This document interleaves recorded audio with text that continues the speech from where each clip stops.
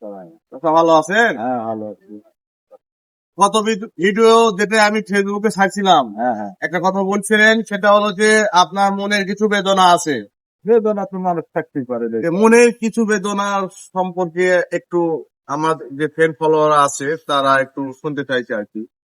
কি বেদনা আপনার এই বয়সে একটু বলেন তো। বিভিন্ন মানুষের বিভিন্ন বেদনা থাকতেই পারে রে সাহেব। তো বিভিন্ন মানুষের বেদনা, যার মনে তার একটা বেদনা আছে। আর এই বেদনার কথা বলে লাভটা কি?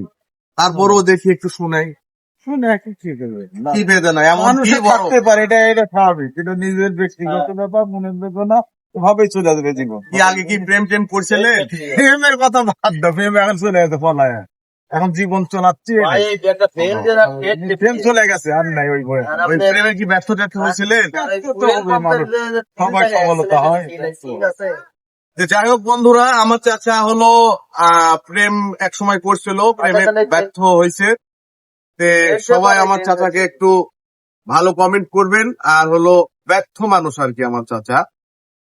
এরপর যে ভিডিওটা আসবে সেই ভিডিওটা আপনাদেরকে দেখাবো, সেটা আরেকটা ভালো ধরনের একটা ভিডিও দিব। সে ভালো কিছু কথা, আবার আবেগের কিছু কথা বলবে।